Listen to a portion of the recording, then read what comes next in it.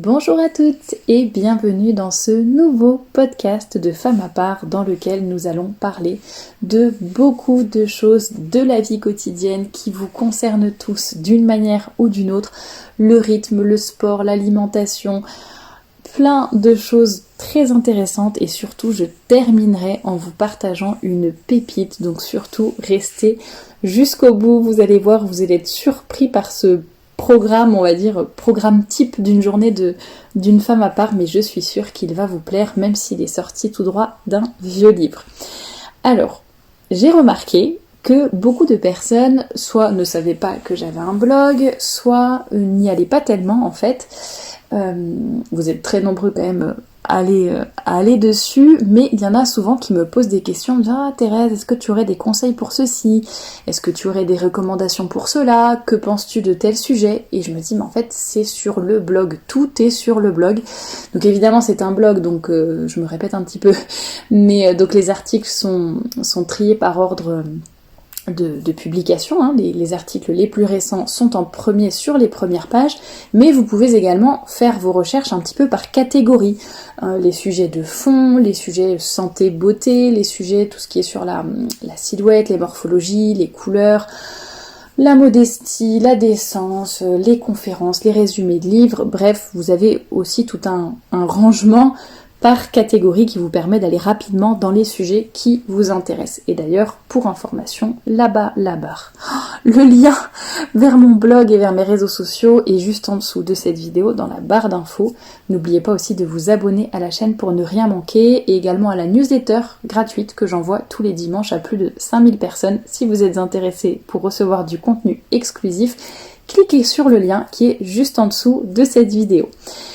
Alors, vous trouvez beaucoup de choses sur le blog, mais je voulais faire ce podcast pour vous rappeler un petit peu de façon plus ludique, on va dire, tous les sujets que j'ai déjà traités un petit peu et qui s'appliquent dans la vie quotidienne, même si bon, je vais vraiment en citer qu'une infime partie, mais le but était un peu de vous emmener dans une journée avec moi, un petit peu voir ce que je fais d'habitude, et ainsi ça va nous permettre d'aborder pas mal de sujets intéressants.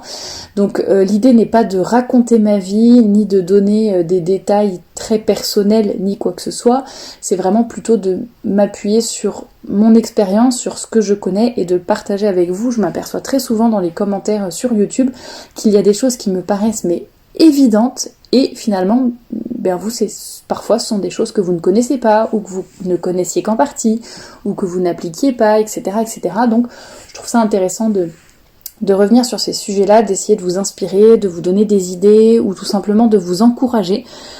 Parfois on a de bonnes idées, de bonnes résolutions, mais c'est vrai qu'on a tous tendance à un moment ou à un autre à nous relâcher un petit peu. Donc voilà, je voulais vraiment vous encourager, vous dire que vous n'êtes pas seul, et essayer de distiller par-ci par-là mes conseils beauté, nourriture, hygiène de vie et plein d'autres sujets encore. Vie spirituelle également. Comme je vous l'ai dit, je terminerai par la lecture d'un programme type d'une journée d'une femme à part, donc ne manquez surtout pas cette pépite et restez bien jusqu'à la fin du podcast. Alors, qu'est-ce qu'on fait le matin? En principe, on est tous pareils, le matin, on se lève. Et oui, on est bien obligé de se lever pour commencer notre journée de travail, ou quelle que soit notre situation d'ailleurs, mais a priori, nous devons tous nous lever le matin et faire notre devoir d'état, quel qu'il soit. Alors, le matin, je me lève tôt, et j'allais dire, il faut toujours se lever plus tôt que ce qu'on avait prévu, entre guillemets. Ça, c'est ce qu'on appelle, ça a été la révolution, entre guillemets, du miracle morning, donc le miracle du matin. Et tout ça pour dire que c'était tout un livre qui préconisait pour gagner du temps, faire plus de choses dans sa journée, être davantage productif, être peut-être dans un meilleur état d'esprit. Un livre qui recommandait donc de se lever une demi-heure ou une heure plus tôt que notre habitude afin de faire plus de choses. La période du matin étant généralement plus calme et plus propice à avancer efficacement dans son travail. Donc personnellement, j'essaye de me lever assez tôt pour pouvoir faire tout ce que j'ai à faire dans ma journée, tout simplement. Vous le savez, mes journées sont assez chargées. Et c'est vrai que pendant tout l'été, je me levais pas beaucoup plus tard, mais peut-être une demi-heure ou une heure plus tard qu'actuellement. Et c'est vrai qu'en fait, on se sent tout de suite submergé, on a l'impression que... Enfin, moi en tout cas, j'avais l'impression d'être toujours en retard, d'être dans la précipitation pour faire tout ce que je devais faire le matin, voilà, alors que là, en me levant donc à 6h30, j'ai vraiment le temps de faire chaque chose posément, et à 8h30, je suis à peu près, 8h30, je suis opérationnelle pour commencer ma journée, et j'ai déjà fait toutes mes petites routines du matin. Les routines du matin étant donc se lever tôt, ensuite boire un jus de citron, ça je vous invite à aller chercher sur le blog, j'avais fait un article qui listait tous les bienfaits du jus de citron le matin, n'hésitez pas à aller le lire, donc petit jus de citron, et ensuite prière du matin, méditation, ça je vous en avais parlé dans un article sur la méditation et l'oraison. L'avantage de... Pardon pour les voitures qui passent. L'avantage de prier le matin, c'est qu'a priori, bon après ça dépend de la situation de chacun, mais a priori ça permet quand même d'être au calme et de ne pas avoir encore son esprit qui est trop préoccupé par des choses de la journée. Vous voyez, si par exemple, on se pose entre midi et 2 pour faire son oraison, en tout cas moi personnellement je sais que ça serait beaucoup plus difficile parce qu'il y a déjà toute une matinée qui s'est écoulée, j'ai rencontré des gens, j'ai parlé au téléphone, j'ai eu ça au bureau, j'ai eu ça pour faire ma part. Il y a plein de choses qui se sont passées, je sais très bien ce que je dois faire juste après dans l'après-midi, donc j'ai juste 1 million de pensées dans mon esprit et ça va être beaucoup plus compliqué pour me concentrer et vraiment prier de façon posée et en étant vraiment pieuse, voilà. Et donc je trouve que prier le matin tôt c'est beaucoup plus facile et puis ça permet de ne pas oublier non plus de le faire et c'est tout simplement une façon de montrer au bon Dieu que c'est lui le plus important et qu'on veut le mettre en premier dans sa journée. Donc tout simplement je fais un certain nombre de prières, chacun voit, j'essaie de faire aussi un chapelet tous les matins pour être sûr qu'il y en ait au moins un qui soit dit à genoux, au calme, etc. Et puis après les 2 autres, généralement, je les fais durant des trajets ou ma pause déjeuner ou plus tard dans la journée. Vous pouvez également le matin... En fait, je trouve ça vraiment important de se confier à la Sainte Vierge. Je vous en ai déjà parlé dans plusieurs articles aussi de Notre-Dame qui était vraiment notre modèle, elle a tant de vertus que l'on peut imiter. Et je trouve ça bien de se confier à elle, que ce soit dans des prières, même une lecture spirituelle le matin. L'imitation de la Bienheureuse Vierge Marie, par exemple, qui donne une lecture, une petite homélie, une pensée du jour. Voilà, vous pouvez vous appuyer sur divers ouvrages pour faire vos prières, vos méditations, vos oraisons, et ainsi en tirer beaucoup, beaucoup de fruits positifs pour la journée. Je sais que ce que je faisais quand j'étais encore à Paris, c'était lire, pas forcément un livre spirituel, là je digresse un peu, lire le matin dans le métro en allant au bureau, parce que finalement, souvent après, le soir quand je rentrais, j'étais un peu trop fatiguée pour lire dans le métro, le soir après chez moi je faisais plein de choses, et au moment de me coucher, voilà, c'était plus la force d'ouvrir un livre et de lire, et donc je sais que je lisais dans le métro pour être sûre d'avoir au moins une demi-heure de lecture par jour, et c'est pour ça aussi que je fais mon sport le matin. Alors ça va étonner beaucoup de gens, mais finalement je sais que le soir après, enfin le soir pas forcément tard, mais je veux dire à la fin d'une journée de travail, je sais que je suis plutôt du matin que du soir, et moi en fin d'après-midi j'ai plus du tout le courage, je suis déjà lessivée par tout ce que j'ai fait, si en plus je devais prendre mes baskets et aller courir, faire du vélo ou je ne sais quoi, franchement je n'aurais pas le courage, et je pense que je sauterais régulièrement des séances, voire tous les jours. Et donc j'ai commencé maintenant, il y a plusieurs années, à faire du sport le matin, sur la recommandation d'une collègue en fait. Et j'ai gardé cette habitude, j'ai trouvé ça super agréable. Et surtout, je sais que voilà, c'est fait, je n'ai plus à y penser, ça me donne de l'énergie pour la journée. Je vous assure que... Bon, après, je ne vais pas faire du sport au saut du lit, le temps que je fasse toutes mes prières, etc. J'ai quand même 3/4 d'heure, 1 heure pour être un petit peu réveillée. Je fais des étirements aussi, ce qui me permet de commencer le sport sans aucun danger et avec suffisamment d'énergie. Mais voilà, vous pouvez aussi faire du sport entre midi et 2 ou le soir si c'est plus adapté pour vous. Ce que je vous conseille vraiment, c'est de trouver un ou des sports qui vous plaisent et qui vous permettent de de progresser chaque jour. Quand on se force à faire un sport que l'on n'aime pas ou dans lequel on ne s'épanouit pas, eh bien on va avoir beaucoup plus tendance à annuler au dernier moment, finalement à ne pas vouloir le faire, à ne pas trouver la motivation. Donc c'est vraiment important de trouver un sport que l'on aime. Vous pouvez varier entre intérieur et extérieur. Moi personnellement c'est ce que je fais. Entre le cardio, la muscu, j'en sais rien, mais voilà, trouvez un peu des sports qui vous plaisent. Celles qui n'ont pas vraiment le temps de faire une séance de sport, vous pouvez aussi dans la journée essayer vraiment de prendre les escaliers plutôt que l'ascenseur, aller faire votre marché à vélo plutôt que de prendre la voiture. Il y a un peu 1000 façons de faire du sport, entre guillemets du sport, ou en tout cas d'être un peu plus énergique tout au long de la journée, sans pour autant se dire je vais passer 3 heures dans une salle de sport dédiée. Et également sans matériel, sans salle de sport, sans rien du tout, on peut faire beaucoup de choses. Personnellement je n'ai rien de tout ça, je ne vais pas dans une salle ni quoi que ce soit et j'arrive à faire du sport tous les jours, donc c'est une question d'organisation et de volonté. Mais alors je ne suis pas favorable au fait d'idolâtrer le sport et d'en faire son objectif de vie. Bon après sauf si c'est votre métier bien sûr. Mais ce que je veux dire, voilà, c'est qu'il y a des personnes qui ne pensent qu'à ça en permanence et qui sont très tournées du coup vers leur corps, leur image, etc. Pour moi, vraiment, le sport est un moyen de se maintenir en forme, de raffermir sa silhouette, d'être aussi plus musclé, ce qui peut quand même servir quand on porte des choses au quotidien, ou voilà.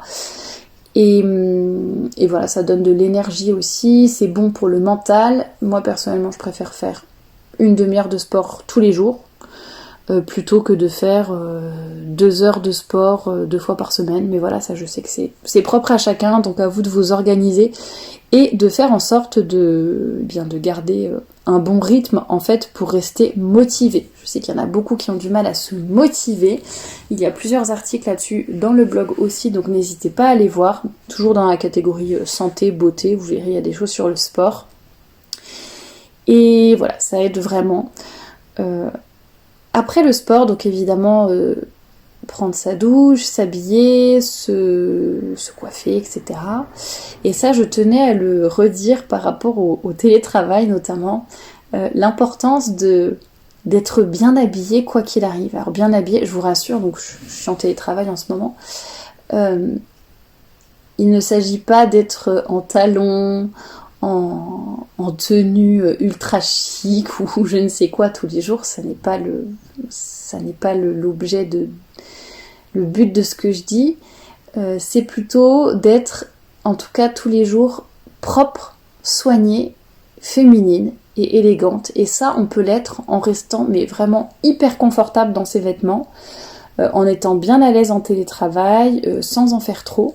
Et j'ai déjà observé que voilà, quand on ne fait pas d'efforts, quand on se néglige, quand on se dit à quoi bon, de toute façon je suis seule, ou je n'ai pas de conférence en visio aujourd'hui, ni quoi que ce soit, je fais n'importe quoi. Et bien en fait non, il faut vraiment s'habiller, se faire belle, que le miroir nous renvoie une bonne image de nous-mêmes en fait, nous donne confiance aussi, nous aide à affronter la journée, à nous mettre dans un état d'esprit de travail.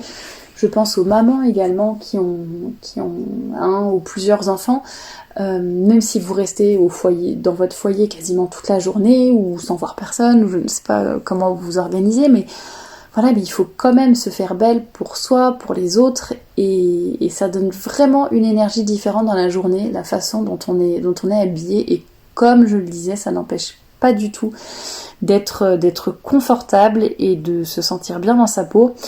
Par rapport aux coiffures, je reviens juste sur un petit point. Pareil, il y a plein d'articles sur les blogs, sur l'entretien des cheveux, sur les coiffures rapides à faire en 2 minutes, sur des tutos, sur des conseils, donc n'hésitez pas à aller voir. Et pour le maquillage, j'en ai déjà parlé dans un podcast dédié. Si j'y pense, je vous mettrai le lien en barre d'infos, mais tout ça ce sont des sujets bien passionnants, mais je ne vais pas trop détailler dans ce podcast. Alors par rapport au travail, puisque après il s'agit d'une matinée de travail, pour ma part, j'ai déjà parlé de mon organisation dans un autre podcast, donc n'hésitez pas à aller voir, je vous le mettrai en barre d'infos également. Il y a vraiment beaucoup d'outils et de techniques pour bien s'organiser, pour bien optimiser son temps. Donc je vous laisse écouter cet autre podcast. Par rapport à la nourriture, puisque là on arrive dans mon programme, on en arrive au moment du déjeuner. Je n'ai pas parlé du petit déjeuner tout simplement parce que en ce moment je fais du jeûne intermittent, c'est-à-dire que entre à peu près, on va dire environ de 19h jusqu'à midi le lendemain, je ne mange rien. Et voilà, tout simplement, ça permet de laisser les intestins au repos, Bon, je sais que moi, ça me fait du bien, ça me convient très bien comme ça, donc je ne suis pas médecin, ne me faites pas dire ce que je n'ai pas dit, n'interprétez pas mal mes propos, ne pensez pas que j'impose à tout le monde de faire ça, pas du tout, je donne juste un exemple et... tout ce qui concerne la nutrition ou la santé, si vous avez des problèmes ou des situations particulières, c'est à votre médecin qu'il faut en parler et pas à moi. Voilà, moi je donne juste des petits conseils comme ça qui fonctionnent avec moi et vous en faites ce que vous voulez. Le jeûne, j'en ai également parlé sur le blog. Bien évidemment, on jeûne, lorsque l'on est catholique, on jeûne à de très nombreuses reprises dans l'année. Et ça fait du bien au corps, ça fait du bien à l'âme, ça fait du bien à la volonté. Et bien sûr, c'est spirituel avant tout, mais je veux dire, ça a aussi beaucoup d'autres bénéfices au-delà du spirituel et de ce que l'on peut offrir au bon Dieu et de nos sacrifices. Bien évidemment, il y a aussi d'autres bénéfices physiques ou psychiques. Donc je vous encourage vraiment à investiguer ce sujet-là. Et par rapport au repas, alors je ne vais pas dire ce que je mange ni quoi que ce soit, je ne vois pas trop l'intérêt, mais pareil sur le blog, je vous ai déjà parlé de la farine d'épaule, je vous ai déjà parlé des régimes sans sucre, de tout ce genre de choses, donc n'hésitez pas à aller voir, à vous inspirer, puis à piocher ce qui vous intéresse ou ce qui peut vous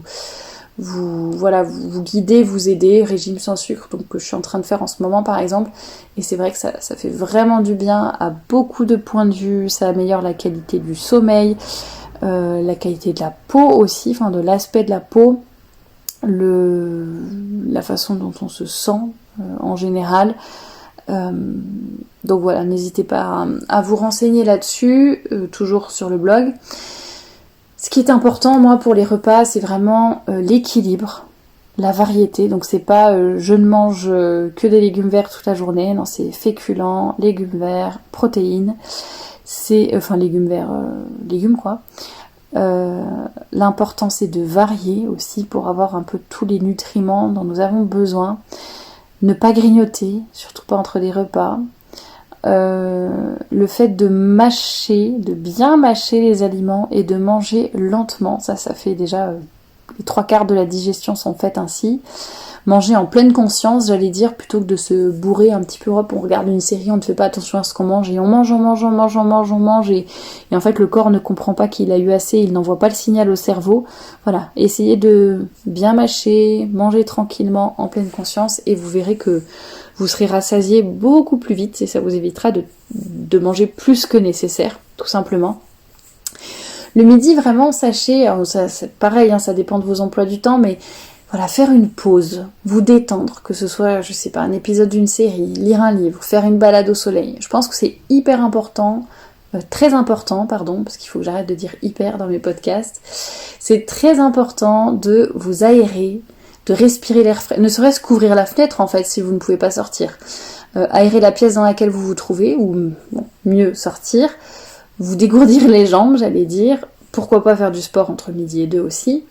Sortir dire votre chapelet, juste faire un tour du pâté de maison, un tour du quartier, ou aller dans une église, prier ne serait-ce que 3 minutes, passer un coup de fil à un ami.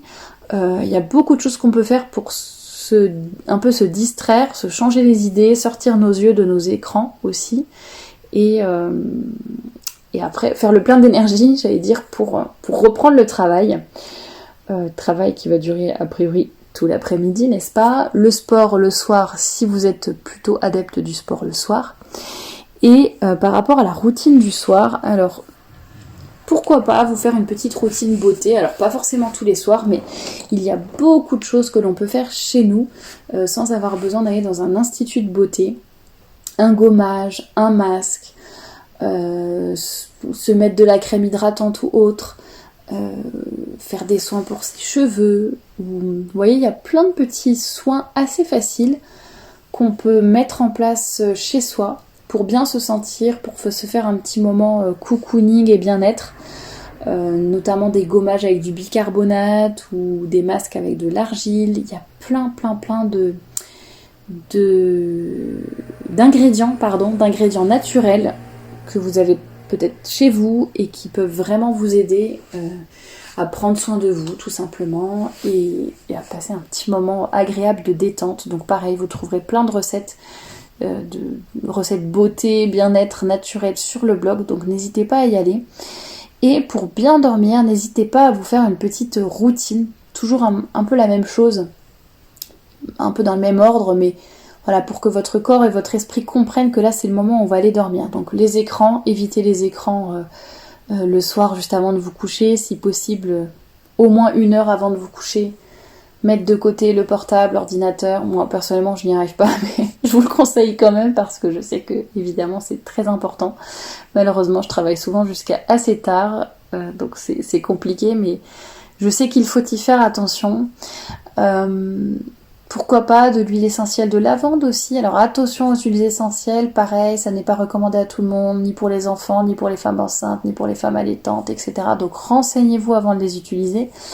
Mais vous pouvez, voilà, par exemple, faire une diffusion d'huile essentielle de lavande. Ça peut vous aider à vous apaiser avant de dormir. Pourquoi pas une petite lecture. Bien entendu, n'oublions pas la prière du soir. Faites attention à ce que vous mangez aussi le soir. Ça peut avoir un impact sur votre sommeil. Donc pareil, il y a plein de choses. Si vous tapez sommeil dans la barre de recherche du blog, vous trouverez un article avec plein de conseils là-dessus. Donc vraiment, ce que je trouve assez important dans une journée, c'est de savoir s'adapter aux circonstances et ne pas être trop rigide sur son emploi du temps. Et enfin, ça pareil, hein, ça dépend des situations de chacun, mais ne pas être trop strict, savoir s'accorder des moments de pause, vivre au rythme de son cycle. Là, je m'adresse particulièrement aux femmes, évidemment. Savoir reconnaître quand on en a fait trop, quand on a besoin de se détendre, quand on a besoin de se changer les idées, quand au contraire on sent qu'on a pas mal d'énergie, allez ce soir je travaille un petit peu plus longtemps parce que je sens que je suis en forme, je sens que voilà, que je peux continuer de travailler un peu plus tard que d'habitude par exemple. Donc voilà, savoir vraiment s'adapter, ne pas être trop rigide et en même temps avoir quand même une colonne vertébrale qui va un petit peu nous guider, dans le sens où je pense que ça nous aide à être plus productifs et surtout ça nous aide à nous améliorer si nous avons en quelque sorte un plan, un programme, une certaine hygiène de vie, enfin pas un programme heure par heure pour chaque jour, c'est pas ce que je veux dire, mais plutôt une hygiène de vie de façon générale, de la volonté sur certaines choses, une certaine organisation qui fait qu'en fait on a un cadre qui va nous aider à grandir, à nous améliorer et à ne pas nous laisser aller, à ne pas, par exemple, procrastiner en permanence. Toujours remettre au lendemain ce que l'on doit faire, toujours se dire, choisir la solution de facilité. Oh non, là je suis trop fatiguée, je vais pas lire, je vais regarder un film. Oh, là je serais censée, je ne sais pas, appeler un ami, prendre des nouvelles de mes parents, faire tel travail, rendre service à telle personne. Oh bon non, je vais rester en pyjama dans mon lit toute la journée, ça sera beaucoup mieux. Vous voyez, quand on a un cadre, un rythme, sans que ça nous enferme et sans que ce soit un programme minute par minute très précis et qu'on se flagelle si on ne le respecte pas, non, ça n'est pas l'idée, mais tout simplement un cadre, un certain rythme qui va nous aider à avancer tout simplement. Et puis n'hésitons pas à faire des pauses aussi, par exemple pour le sport, c'est important de ne pas forcément en faire tous les jours, d'avoir 1 ou 2 jours dans la semaine sans sport. Voilà, le dimanche est vraiment le jour propice aussi. Respectons les rythmes donnés par le bon Dieu. Le dimanche est vraiment le jour du Seigneur, le jour pour honorer le bon Dieu d'une façon spéciale et pour se reposer. Donc profitons de cette journée justement pour faire vraiment une pause qui va nous aider à mieux commencer la semaine le lendemain. Et j'en profite pour vous dire d'ailleurs que si vous cherchez un peu plein de conseils pratiques sur beaucoup de sujets variés, y compris des sujets du quotidien, n'hésitez pas à nous rejoindre sur Telegram. Nous sommes un peu plus de 650 à l'heure à laquelle j'enregistre ce podcast. Le lien pour nous rejoindre est dans la description juste sous cette vidéo. Voilà, comment prier en famille, des idées de lecture pour se détendre, bien choisir ses collants quand on est enceinte, gérer sa colère au quotidien, la bonne entente dans le couple.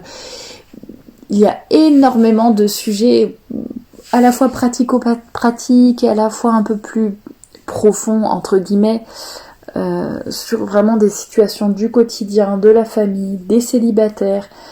Donc vraiment n'hésitez pas à nous rejoindre là-bas pour avoir plein de conseils, pour aussi donner vos conseils à vous, partager vos expériences. C'est ça qui va permettre d'enrichir le groupe et tout simplement de donner des idées aux autres. Alors comme promis, je termine ce podcast en vous lisant le programme type de la journée d'une femme à part. Enfin, c'est le titre que j'avais donné à ces extraits, mais à vrai dire, évidemment, dans le livre, on ne parle pas de femme à part. En fait, je crois que c'était programme de la journée d'une jeune fille chrétienne ou quelque chose comme ça, que j'avais trouvé donc dans un vieux missel, dans un vieux livre de prière. Donc il y a ce que je dois faire aujourd'hui, ce que je dois éviter, ce que je dois désirer, ce que je dois craindre, comment je dois travailler, comment je dois prier et comment je dois me comporter en général. Ce que je dois faire aujourd'hui: travailler à mon salut, remplir fidèlement mes devoirs d'État, observer mon règlement, obéir volontiers à mes parents et à mes maîtres, me corriger de mes défauts, pratiquer les vertus chrétiennes chaque fois que l'occasion s'en présente. Donc vous voyez, c'est un programme qui est très à la fois précis et en même temps général. On peut vraiment, chacun l'applique dans sa vie de façon concrète et se l'approprie. Ça, c'était pour ce que je devais faire. Ce que je dois éviter: agir contre ma conscience, faire de la peine à qui que ce soit, scandaliser mon prochain, médire, laisser mon imagination battre la campagne, j'avoue que je ne connaissais pas cette expression, perdre mon temps, fréquenter de mauvais compagnons ou lire des livres légers.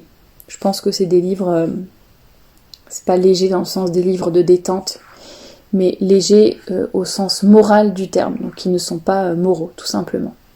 Ce que je dois désirer: faire en toute chose la volonté du bon Dieu, progresser dans la vertu, acquérir beaucoup de mérite pour le ciel, rendre heureuses les personnes qui m'entourent, obtenir par une bonne conduite l'approbation de la Sainte Vierge. Ce que je dois craindre: une seule chose, d'offenser le bon Dieu. Hormis cela, je puis être dans la paix et la sécurité la plus complète, m'abandonnant sans réserve à la Providence qui ne permettra rien que pour mon plus grand bien. Comment je dois travailler? Chrétiennement, en sanctifiant mon travail par la pureté d'intention et en recourant à Jésus et à Marie dans les difficultés. Je dois travailler consciencieusement, en faisant tous mes efforts pour bien m'acquitter de ma tâche. Je dois travailler courageusement, sans jamais céder ni à l'ennui ni à la paresse. Comment je dois prier? Avec amour, en disant à Dieu toutes mes peines, mes inquiétudes, comme si je parlais à ma mère. Je dois prier avec respect, en évitant soigneusement la routine et les distractions. Je dois prier avec persévérance, ne me laissant point décourager si je ne suis pas tout de suite exaucée. Comment je dois me comporter en général? Comme un vrai chrétien, me montrant doux et humble en tout et toujours envers Dieu, patient dans les événements ou accidents qu'il permet, sévère envers moi-même pour ne négliger aucun devoir, demandant pardon à Dieu et me relevant courageusement après chaque chute. Faites cela aujourd'hui et chaque jour, et vous contenterez Dieu d'abord, le prochain ensuite, vous-même enfin, car il n'y a pas de plus grand bonheur que de pouvoir se dire le soir, la main sur la conscience: j'ai bien passé ma journée. Voilà, je vous mettrai l'article avec ce texte écrit si ça vous intéresse. Je vous mettrai le lien en barre d'infos sous cette vidéo. Je trouve que ce texte est vraiment magnifique. C'est à la fois simple et en même temps plein d'espérance, plein de bonheur et en même temps plein d'exigences, mais voilà, ne nous leurrons pas, c'est seulement en étant exigeants envers nous-mêmes que nous pourrons nous sanctifier, nous améliorer et aller au ciel. Ça n'empêche pas les moments de détente, ça n'empêche pas la miséricorde du bon Dieu de s'exercer, mais voilà, je trouve ça vraiment très très beau de voir toutes ces choses aussi bien résumées. Donc je vous encourage à lire et relire ce texte, à le méditer. J'espère que ce podcast vous aura aidé, que tous ces différents programmes vous auront inspiré pour mettre en place une bonne routine, un bon plan d'attaque pour vos prochains jours, vos prochaines semaines, et que vous deveniez de vraies femmes à part de vraies chrétiennes, de vrais chrétiens, et je souhaite vraiment qu'on s'encourage tous mutuellement à le devenir. En tout cas, c'est ce que je vous souhaite. N'oubliez pas de vous abonner à la chaîne YouTube pour ne rien manquer, et je vous dis à très bientôt pour un nouveau podcast.